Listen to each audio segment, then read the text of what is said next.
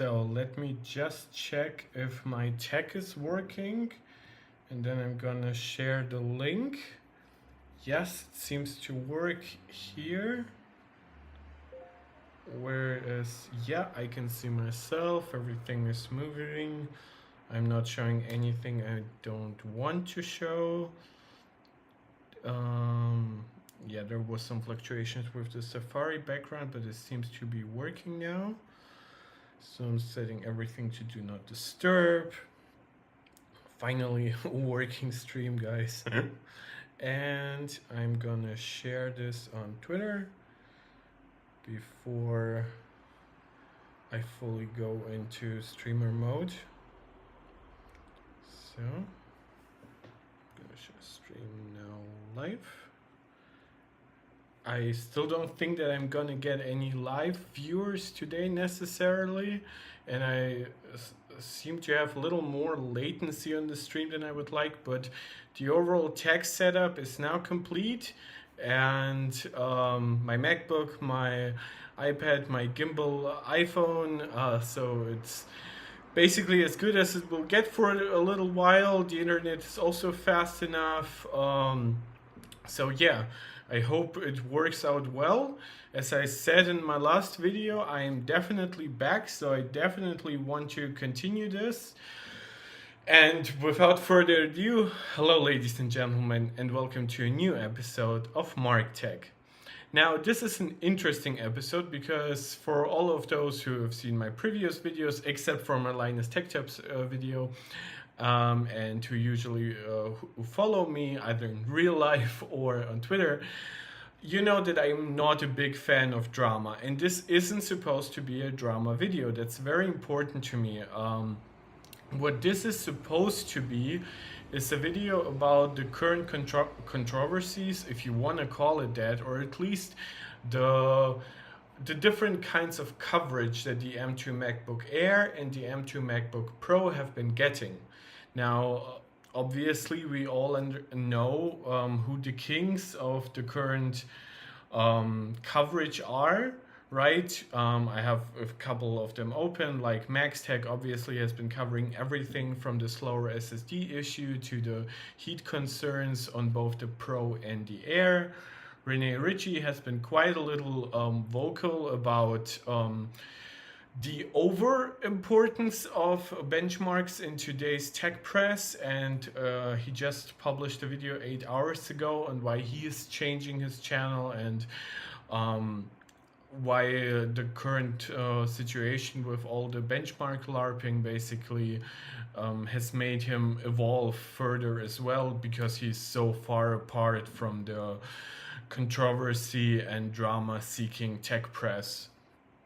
Luke Miami is also doing MaxTech-like coverage of that issue from both the Pro and the Air perspective. And just like MaxTech, he has also published a video today about thermal pads that help spread the heat in the MacBook Air, basically create a little more thermal headroom so that it doesn't throttle as quickly. And then we have the Everyday Dad, who has been very vocal about his ability and his wish and his recommendation to buy base model Macs or just base model devices inside the Apple ecosystem in general, because according to him, those deliver the best value. But obviously, that doesn't mean he's recommending a 256 gigabyte MacBook Air for streamers, video reviewers, Blender users. He's just saying that the base models, even if they have some compromises, not just maybe in storage capacity, but also in storage speed, then there's still a good value because you get the entire machine for that price.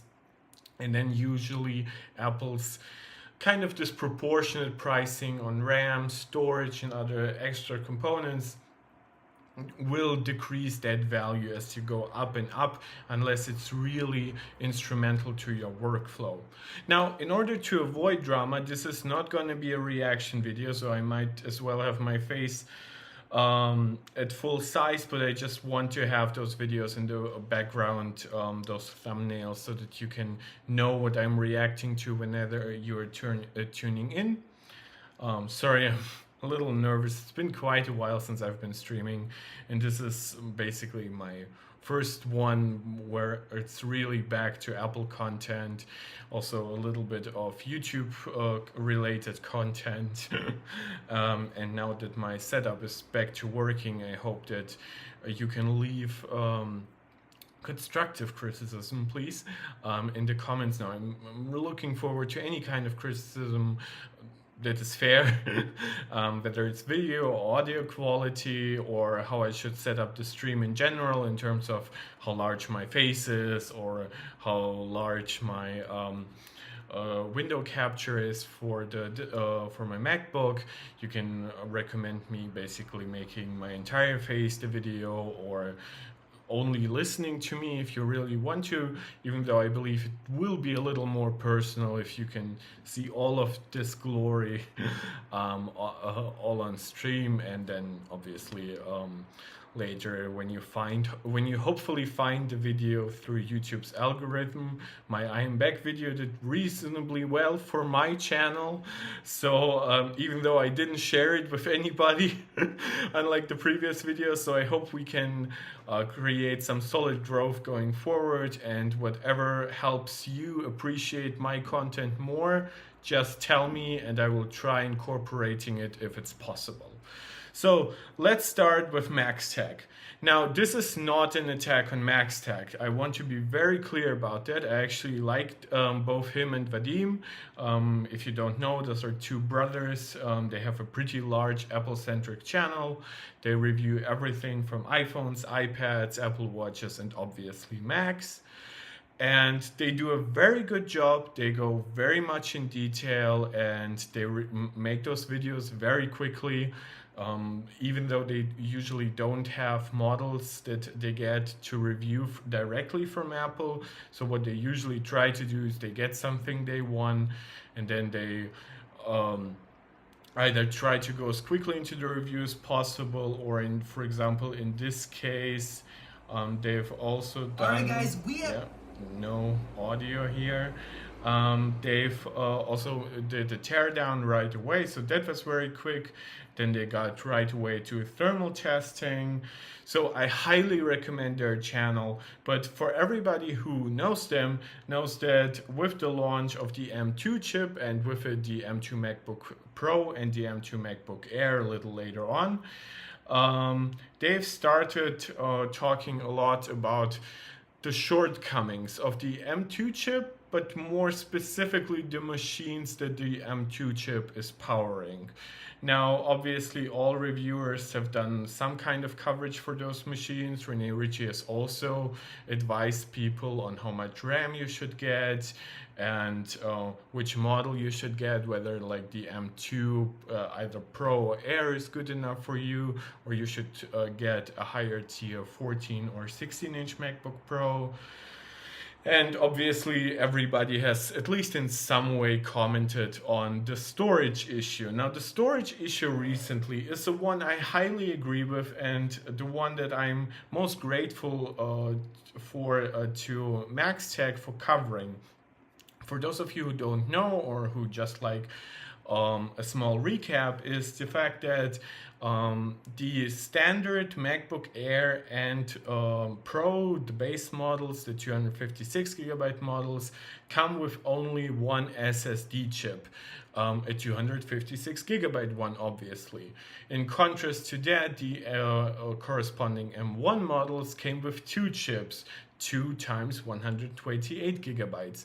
And because the system could use those in parallel, it could achieve all the advertised 2.5, 3 gigabits per second read and write speeds, a little more or a little less depending on your configuration still, but it was much closer to the advertised speeds on the base model than it is now.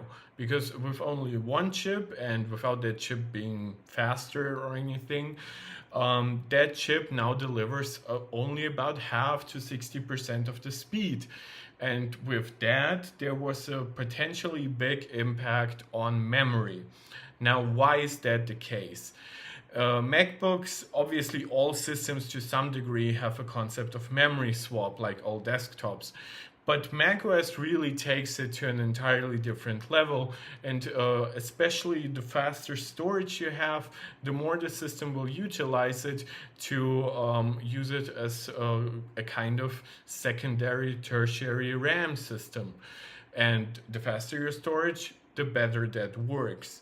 And because the storage has gotten so much slower, yeah, that kind of impacted RAM performance quite a lot if you were doing something very intensive. For example, if you were video exporting or you were rendering something with the machine. And that obviously started the question, well, does it really matter? And in my opinion, it does. Even on the MacBook Air, even on the 13-inch MacBook Pro, those tasks should perform better than the corresponding M1 model.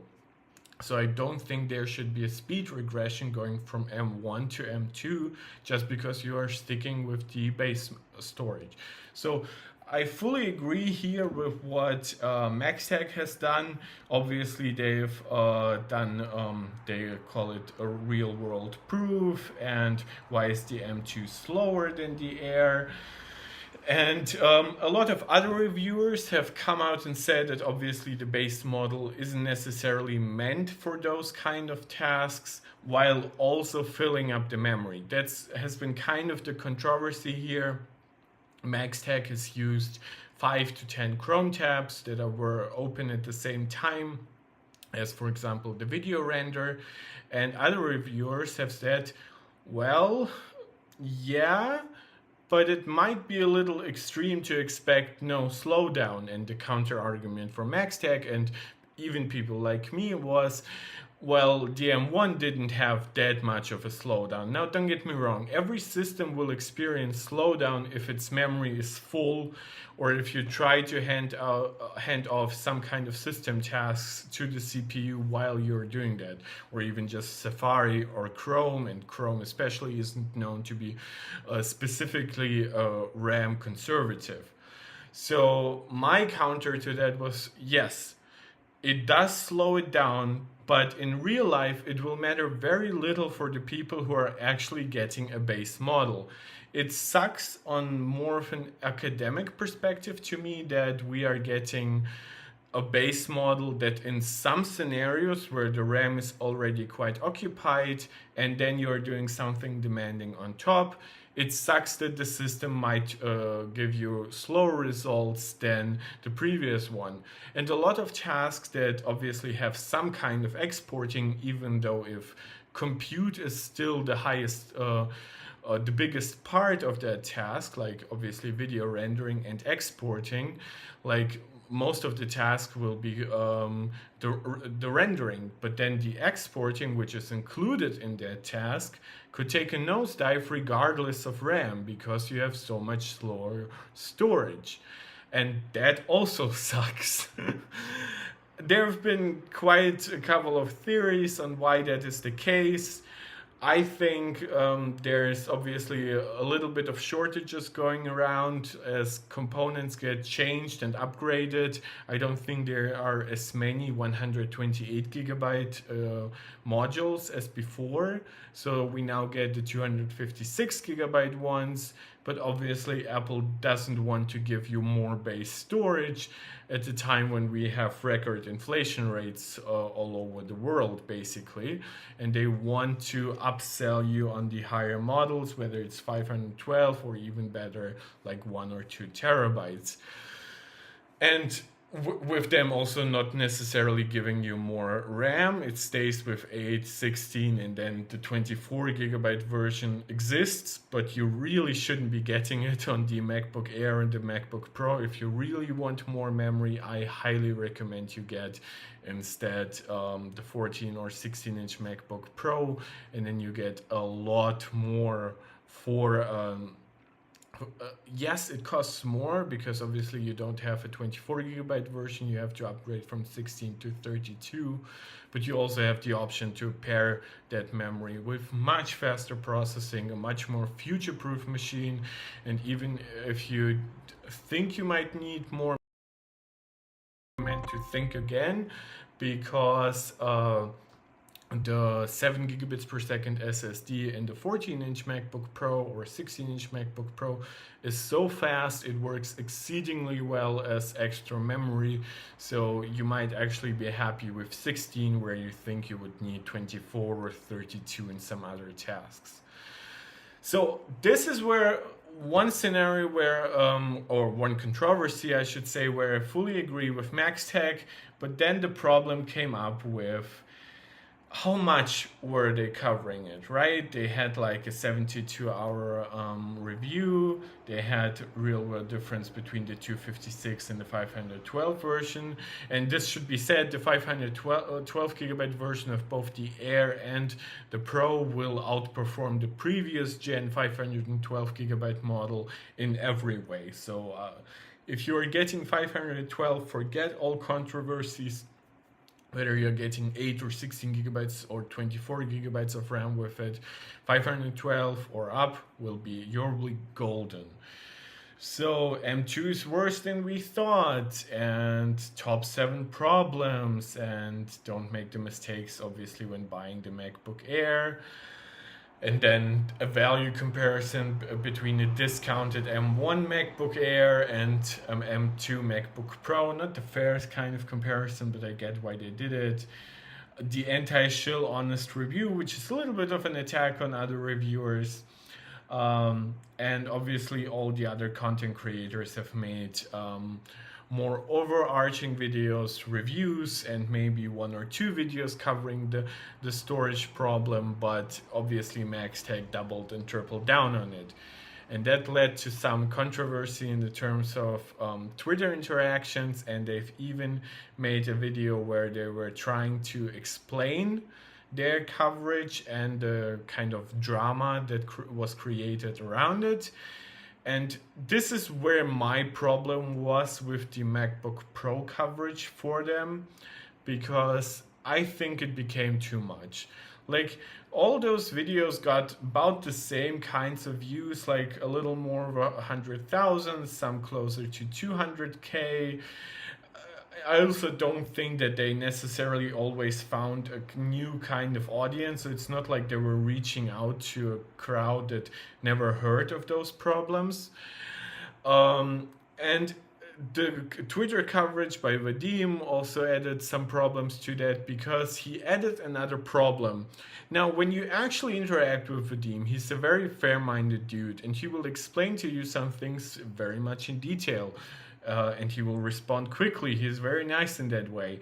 And that was the overheating stuff. And the throttling issue, in my eyes, is why Renee is doing the heat, the explosion with the M2 in the background, which is also kind of my background, which is why Luke Miani is giving coverage on thermal pad appliance, and why he's using Fire PNGs here on the MacBook Air.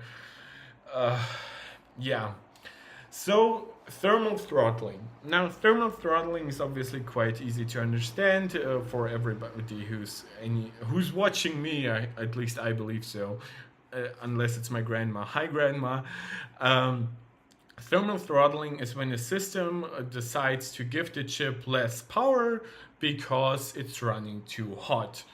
And with it getting less power, it will hopefully generate less heat and can go back to its normal temperatures. Now, with it getting less power, it will also deliver less performance to you. And in a system with an active cooling system, you can change also the fan curve. You can change just how fast the fan works. And to me, obviously, I bought a 14-inch MacBook Pro. I value a Mac that can regulate its thermals quite well. obviously the bigger a heat sink, whether it's aluminum or copper, and the bigger the thermal material between the chip and the heat sink. It all comes together. And with the M2 MacBook Pro, it had the exact same thermal headroom as the M1 MacBook Pro, because Apple didn't change the design whatsoever.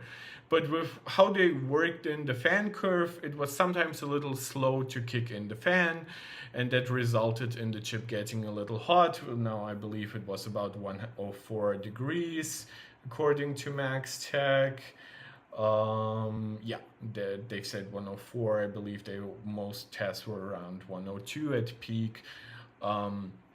So yeah, I think that the M2 throttling issue on the M2 MacBook Pro is a complete non-issue. And this is where I would like to add my 2 cents to it, because the M2 MacBook Pro, even with its thermal throttling, when we ignore the base model SSD issues, right? Let's compare two models where you have like a 512 gigabyte or 1 terabyte storage config and the same amount of memory, preferably a little more if you actually want to give the system more demanding tasks. That's also what some people don't understand.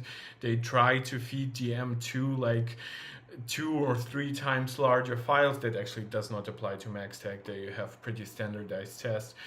And then they wonder why the system is getting closer to its limits than the tests they were running 2 years ago on the M1 with much smaller files that weren't saturating the RAM as much.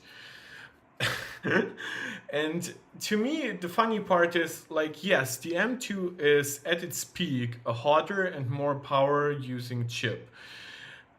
But does it really matter for something that is still thin, that is still lightweight, that delivers amazing battery life, and that will have better performance in every way? Asterisk if you ignore the base model SSD issues. Now, some people have said that some tests, there can be a spike, like when the system gets so hot, the heat spikes, and then the system overcorrects by giving it less power. And that results in the M2 giving you less performance than the M1, at least for 2 or 3 seconds. And that kind of instability can be seen in a test like Cinebench sometimes, which obviously maximizes. I'm sorry, guys, that I'm sweating a little bit. It's so freaking hot here. We're having an extreme heat wave in Europe. So I'm kind of very happy that I now have a thermally regulated MacBook, which is now running, by the way, at about 3000 RPM and has about 75 degrees Celsius. But that's neither here nor there. So again, M2 MacBook Pro versus M1 MacBook Pro. Now, in that case, we actually have an issue where Cinebench is garbage.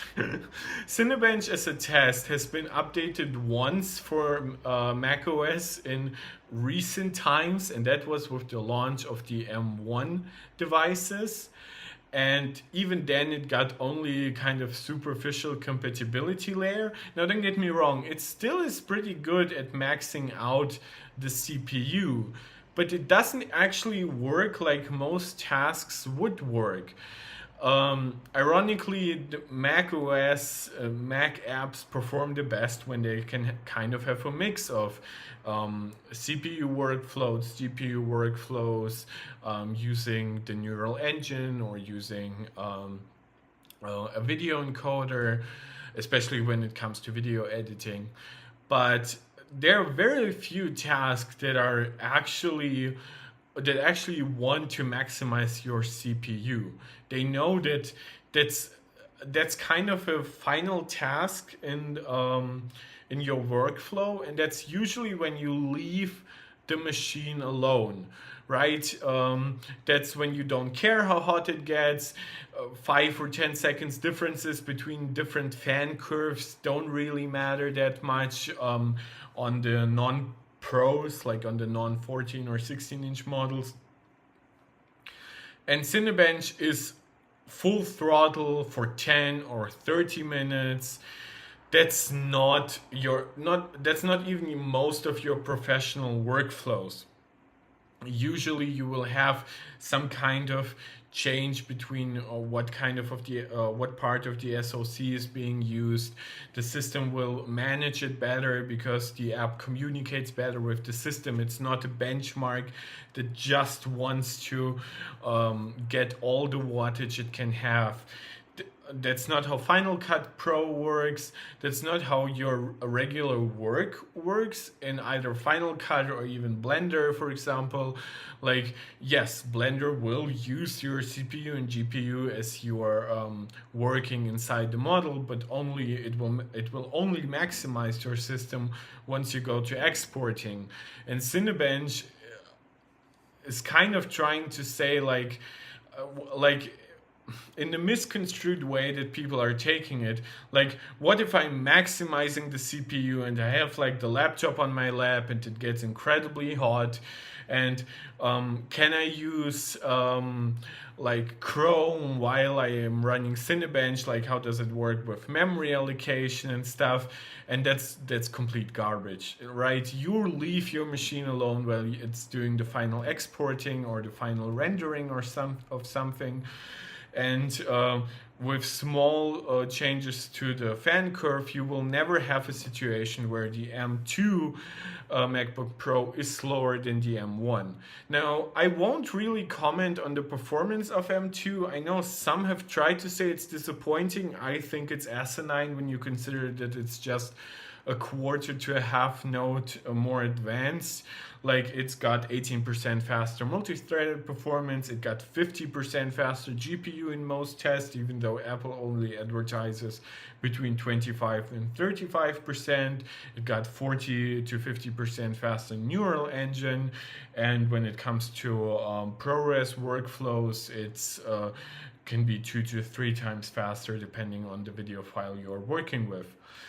So that was kind of my response to the controversies about the M2 MacBook Pro. Now, we also got the launch of the M2 MacBook Air. And yes, it has the same storage issues. And no reviewer, by the way, some are trying to say that like people like Rene Ritchie or the Everyday Dad, like they're trying to downplay the issue. No, they're just trying to cover it differently. They're trying to say that for most people, especially those who are getting the base model, it's going to be completely fine. And even MaxTech, who has been very critical of that issue on the M2 MacBook Pro, has acknowledged that the kind of audience that the M2 MacBook Air is targeting will be, let's say, more fine with that kind of compromise. So what MaxTech instead has focused on is the thermal throttling issue.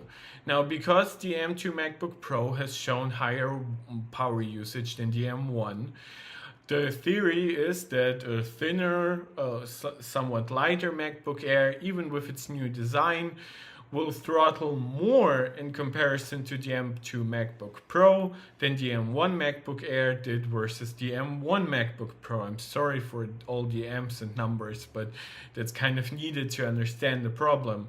But that wasn't the case, right? The M2 MacBook Air, let me get this 100% straight and get my sweat away. I'm so sorry. It's 30 degrees Celsius right now. And the humidity is super high. So the problem is the M2 MacBook Air throttles. It absolutely does. So does the M1 MacBook Air. And when you consider that, then your thoughts start to change. And the question shouldn't be, and that was my biggest complaint with MaxTech, which is, does the M2 MacBook Air throttle? And everybody agreed, yes, it will throttle. And MaxTech has been, Vadim especially, a little bit as a victory lap, like, oh, I warned you, it has higher wattage on the M2 MacBook Pro, that's why it's throttling so hard on the M2 MacBook Air. But that's kind of not the point, because the M1 MacBook Air also throttled. This is not a new change. This is not changing the perspective between the Air and the Pro.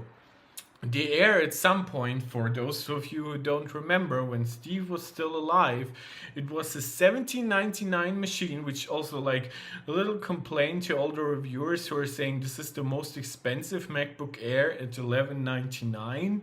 Like, no, we got more than a decade ago, we got MacBook Airs. I'm trying not to get angry here. We got MacBook Airs that cost 50% more while delivering far less. But regardless, the thermal throttling issue on the M2 MacBook Air to me only matters in one regard. Does it throttle disproportionately more to the M2 MacBook Pro than the M1 MacBook Air did to the M1 MacBook Pro? Yeah, I got that straight.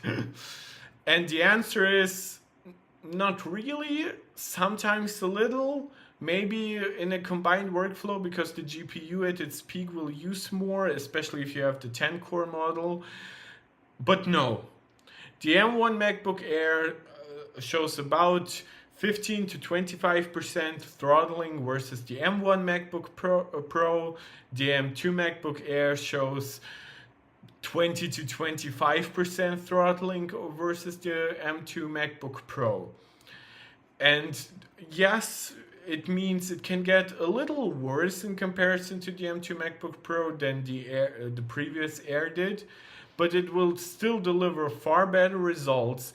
And in most everyday workflows, it will actually perform better than the Air, not just in regards to it using a new chip, but the M2 is still more efficient for everyday tasks than the previous one. So when it can more highly use the efficiency cores instead of the performance cores, the M2 MacBook Air will actually give you a brighter display, longer battery life, and the cooler usage than the M1 did.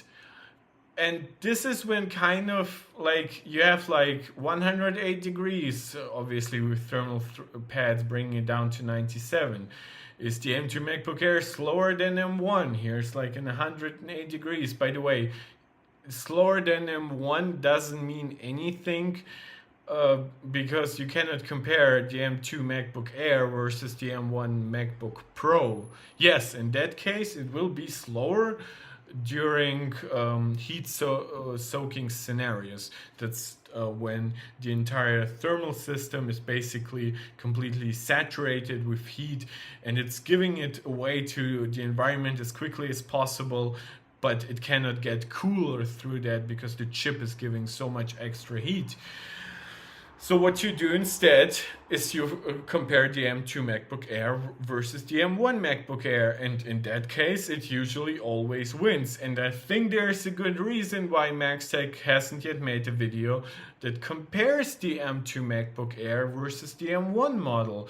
They've done a teardown, they've done a thermal test, and then they've done a thermal test with heat pads.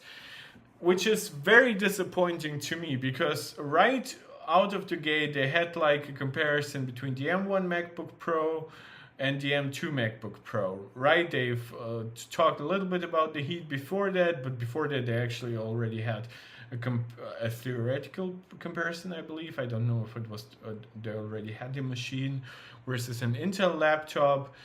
And to me, my God, they're big comparison videos, and this is why I wanted to make this video. MaxTech's comparison videos when it comes to display quality, audio quality, those are some of the best online. If I had the access, the finances to get all those kind of models, that's the kind of content I would want to be doing. And to me, it's very disappointing to see them not do that, right? To see them really focus on the thermal issues, because to me, I think the day one coverage shouldn't have been a teardown. The day two coverage shouldn't have been 108 degrees Celsius, because apparently our systems are water and everything above 100 degrees has to be red, which means it's gonna boil away. Yeah. and I would have loved that kind of review. And honestly, I wanted to make this video after they made a comprehensive comparison between the M2 MacBook Air and the M1 version, hopefully with kind of like seeing which one gets heat soaked quicker. I believe it's still gonna be the M2 MacBook Air because it obviously has higher peak performance and a little higher peak power usage, but then in everyday tasks, I believe the M2 MacBook Air should win, even if you have like high temperature, as you can see, as I have right now around me. So I think it's a very good give and take. In my opinion, I think Apple should have just given the M2 MacBook Air a copper heat structure. They could have just made it just as thin. If you look inside, it's like 2 millimeters thin or something, or maybe even less, and just put it on top. They could have retained the same thinness. They could have made it like 1/20th of a pound heavier. They could have given it like 2.5 times the thermal headroom. And they could have preserved its passive cooling nature better, right? It still is obviously passively cool, but even for higher demanding tasks, I think people are more incentivized now to get a 14 or 16-inch MacBook Pro for more sustained performance, while I believe that obviously Apple plans on that to a degree. I don't think that they try to force people that cannot even pay $1,500 to get a $2,000 machine, right? It's a little bit, yeah, I know it's maybe Apple sheep to say, but Apple always tries to upsell you on something, but Apple also knows that some people just cannot afford something better, and that's why they still try to make some of the best devices at that specific price point that they're targeting, especially if it's already above 1K. I think, yeah, obviously when you look at the iPhone SE, it might be the fastest phone in that price category, but it won't win anything else. So, no, I don't think that I've been too harsh, right? My problem is I'm not attacking even MaxTech. Again, look, my NES also down like coverage on using heat pads and thermal problems. And I don't think that the way, for example, the Everyday Dad was a little dismissive of the SSD issues was very fair. So I can give some points to both sides and take away points from both sides. I think that Rene sort of has been sort of the best because he has acknowledged all issues, but he's been very clear that he is trying to do reviews that focus on the intended market of a device. And while he won't necessarily hide anything from people, he won't overemphasize things that he doesn't believe deserve that kind of emphasis. So my plea to MaxTech, and I'm using MaxTech as a representation for a lot of Apple-related coverage currently, but they are the poster child. Please stop the overemphasis on throttling in those machines. I understand, like, the videos actually aren't that bad. Not in terms of content, they're always fair. Like, they obviously try to make objective tests, but try to make videos where you really do more real life tests. Like, they jump to those tests like 50 megapixel images, right, in their photo editing program, and then they jump to like either some Canon footage or something that isn't like natively recognized, maybe for Final Cut, like for the video encoder. Those are their stress tests, and they do mention that. But you really cannot be fair, I believe, to this product if you really try to overemphasize its throttling, because the M1 and MacBook Air throttled, you could argue throttled like 5% less. In many tests that I have found, I could argue throttled about 5% more. At least for the CPU. Maybe for the GPU, the M1 MacBook Air throttle a little less because the new one also has now the 10-core configuration. But then again, Apple also warned people that especially in that configuration, it will use more power than the M1 chip. So there shouldn't be any surprise.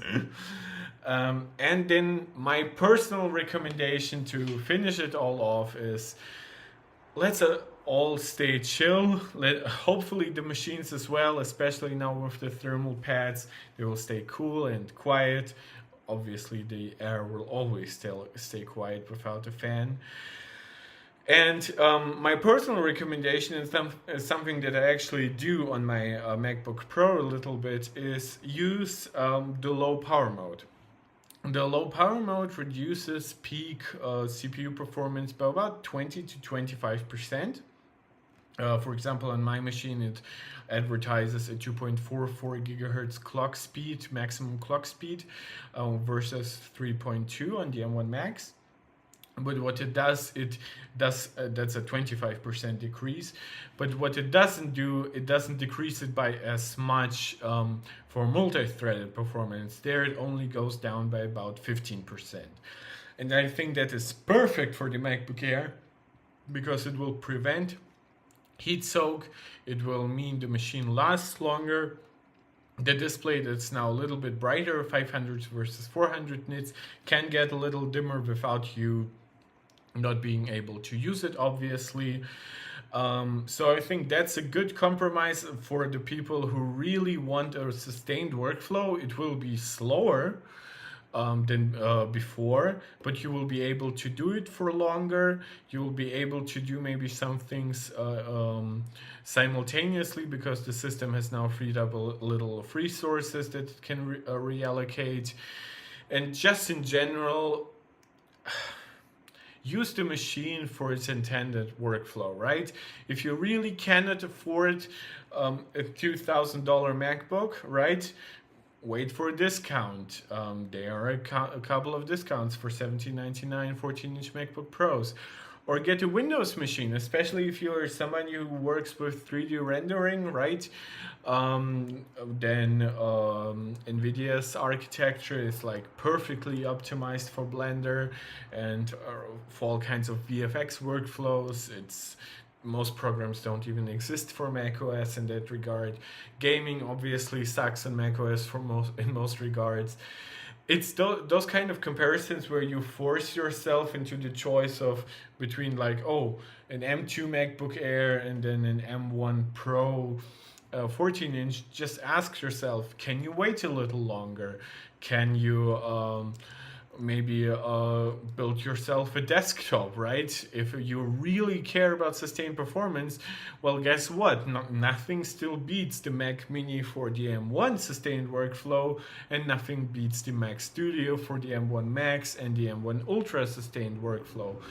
Please, reviewers, stop trying to tell us that a laptop, especially one of that size, ever had the chance of not freaking throttling. That, to me, is the most important part about those controversies. Please cover the issues. I'm very happy you covered the SSD issue. I'm very happy you covered, just in general, benchmarks and power usage of the M2 for intellectual discussions and breakdowns, because apparently AnandTech is now taking 5 years to do reviews. I miss their benchmarks. They were really the best. Focus, please, on something realistic before you go into the extremes, before you start throwing like 8K workflows at the MacBook Air or footage that it's definitely not optimized to use. And if you do those kinds of tests, please tell us why you're doing those tests. Please tell us, oh, it's just a theoretical stress test. It's not designed to be taken seriously. Or you're seeing like the 104 degrees. That doesn't mean the processor is about to melt. And because I'm trying to stay neutral and sort of in between, please cover it more. If you have a channel that is just review focused, do it like Renee, right? Like cover the issues. He obviously is focusing on the toxicity of like the benchmark narrative, but he isn't ignorant, nor is he trying to cover up the fact that there will be throttling issues. He's just more realistic about it. and I think others have been also quite well to find a middle ground, and especially not try to exploit certain issues. Now, I understand this was my first longer live stream in a while. I know it's been a little up and down, maybe uneven in places, but I hope that I got my point across that I want less controversies in the tech space. Not that I don't want them to cover issues. I would do the same. And as I've said with the SSD, I fully agree with that coverage. As I've said with the theoretical nature of thermal throttling, I agree with covering how much heat the M2 produces, how much power it uses. But what I don't agree with is making 20 videos on the same topic. What I don't agree with is throwing very artificial tests at the chip. What I don't agree with is going so far out of the comfort zone, what the device is designed for, that you completely make something useless for 80 to 95% of people, and the 5% of people are more telling that they are interested in getting a MacBook Air for like hardcore workflows. In real life, those people actually want the higher end models. They are just now a little afraid that one chip is called the M1 Pro, and now we have M2 chips, right? But that will now happen more and more as Apple's more scalable architecture sort of intersects one generation with the other, and just the higher core models can still outperform the lower core chips, even though if the newer chips are based on a new architecture and a new node. That has been a lot of talk. My voice is completely gone. As I have said over and over again, I don't want controversies. I don't want to start a controversy here or a fight with other YouTubers, even though the video is called Let Them Fight. I actually like getting different viewpoints and comparing those, and I like that there's a little bit of infighting between Apple-centric channels in that regard. I hope that we can all find a middle ground where we acknowledge problems, where we are real about what problems actually are problems and what aren't, and that everybody can still find the right solution. What device do you need for which workflow? And I hope that in the future I can also be a source for recommendations, whether it's based on aggregating reviews that come out, or whether it's me buying something for myself and then reviewing it, or maybe it's me reviewing software that I obviously can install across my devices. This has been Mark.